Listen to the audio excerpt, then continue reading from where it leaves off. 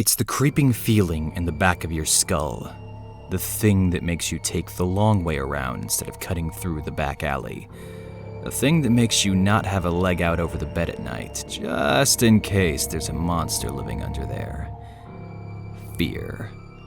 People have a fascination with fear. They like to be scared.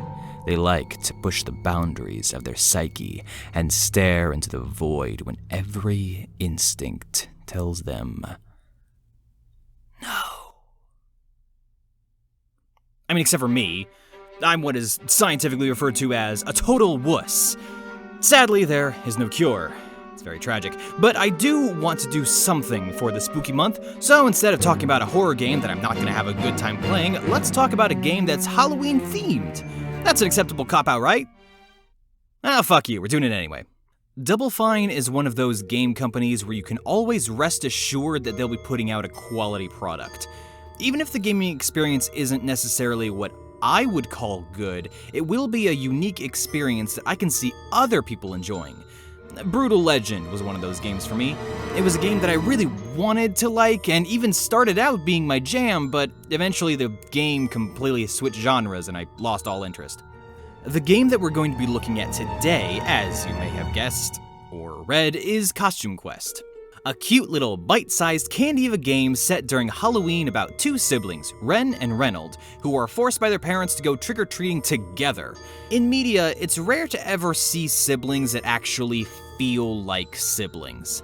Anyone with siblings will be able to tell you whether a writer for a game or show or whatever is an only child or not. Here's a quick trick to tell. If any of the characters refer to their sibling as sis or bro, the writer was an only child. If they refer to their sibling as fucknugget, they're not. Before you begin your night of trick-or-treating, you get to pick who it is you'll be playing as. Despite the fact that I, myself, am a younger brother, I decided to go with the sister character. Ultimately, it doesn't really matter which one you pick. Most of the dialogue in the game is exactly the same except for the beginning. But the main reason I picked the older sister is because I have never in my life met a parent who would ever put the younger sibling in charge. And I've definitely never met an older sibling who would let the younger sibling be in charge. Whoever you pick will get a sweet robot costume, while the other will get a store-bought, shyly made candy corn costume.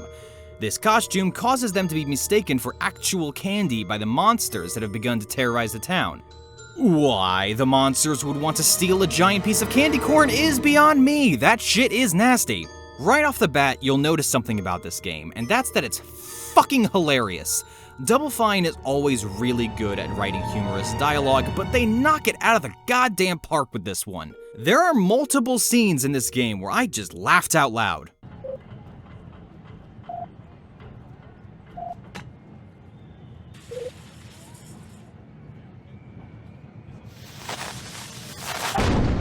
The basic setup of the game is that your sibling gets kidnapped by a race of monsters known as Grubbins, and you must rescue them by using your Halloween costume to transform and beat them up.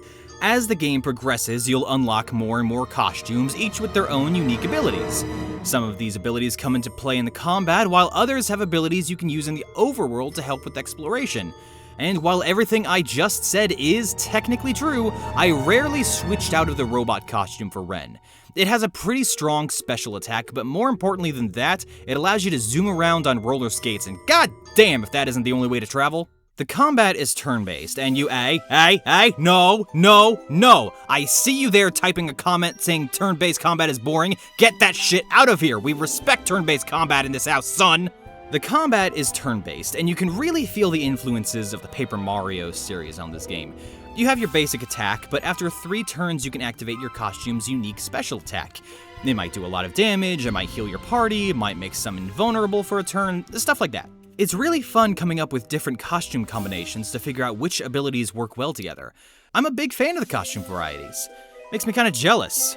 When I was little, for whatever reason, I went as the Grim Reaper almost every year. Man, I should have been a robot. In addition to the costumes, you can also equip stamps that you can buy in exchange for candy. Again, much like in Paper Mario, these stamps will act as a supplement to your character's abilities. My personal favorites were the ones that caused splash damage and the ones that activated a counterattack on a successful block.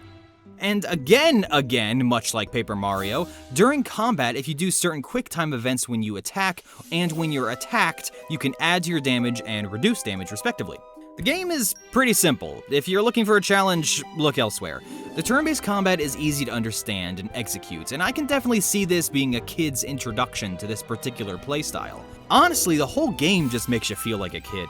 This game feels like it would have come out on CartoonNetwork.com, but was only available during October, and I mean that as a genuine compliment. I read up on the development history, and apparently Double Fine spent less than a year developing the game, and since it was such a small project with less oversight, it allowed them to just have fun with it, not take it too seriously.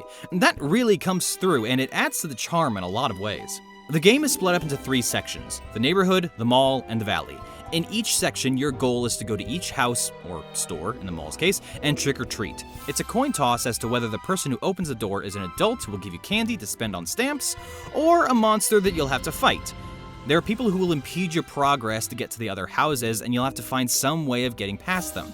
For instance, the principal who's doing a bake sale wants a unique pie ingredient, so you give her the cherries. To get to the cherry, you have to enter into this patriotic costume party. To get into the patriotic costume party, you have to find various kids dressed as Abraham Lincoln who will give you parts of a Statue of Liberty costume. Double Fine showing off their point-and-click adventure routes.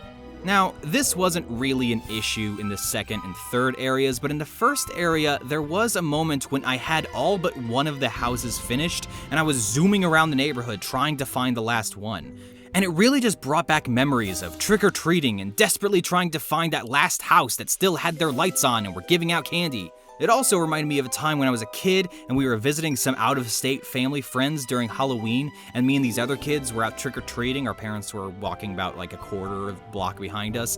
I was talking to these other kids and I realized something was wrong, and I turned around and shouted to my mom, "Mom, I lost my tooth!" And she was like, "That's great, sweetie." And I was like, "No, I mean I lost my tooth," because it had apparently fallen out of my mouth without me noticing, and it was so dark out there was no way of telling where I had dropped it, and I was so concerned that the Tooth Fairy wasn't gonna find it. But then my mom pointed out that the Tooth Fairy was magic, and I was like, "Oh, right," and then I went on trick-or-treating. What was I talking about? A video game?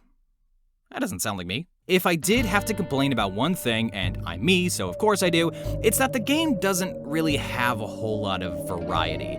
It's split up into its 3 sections, but each section plays out the exact same, and even all include the exact same side quests: hide and seek, trade cards, bobbing for apples. That's it. And I know I was praising combat for being simple and easy to understand, but they do kinda get tedious after a while.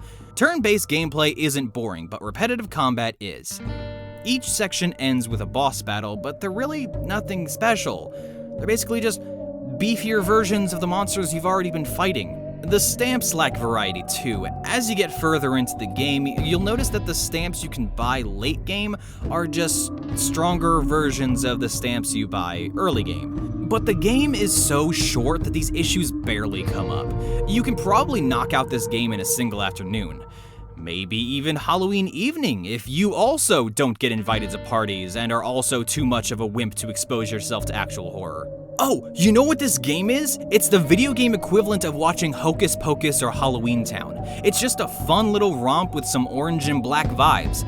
I can see playing through this game being a yearly tradition. Now, before writing this review, I had played Costume Quest, but I hadn't played the DLC, Grubbins on Ice. Although that's not entirely accurate, considering if you've played the base game, you've played the DLC. It plays the exact same combat, same stamp type, same side quests. The DLC is basically just one more area to play through, and really serves more as a setup for the sequel rather than a continuation of the base game's story. You do get a pirate outfit though, and I would argue that does make it worth it. Overall, this is a really enjoyable game. Yes, it's simplistic, but it's clearly aimed at a younger audience, and what it does have is a lot of fun.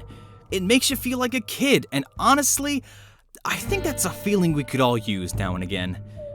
Now, if you're watching this video in October, I can almost guarantee you that it's going to go on sale on Steam.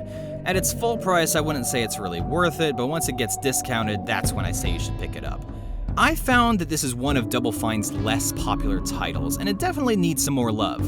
So go ahead, treat yourself to a sweet candy of a game.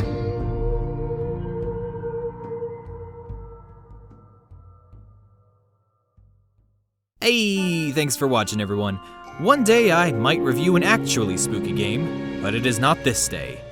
If you liked this video, and I hope you did, why don't you check out some of my other videos since you're in the neighborhood? I just released my first top 10 list where I feature my favorite music tracks in video games. Make sure to like, comment, and subscribe because the algorithm is the scariest thing of all. Toodles!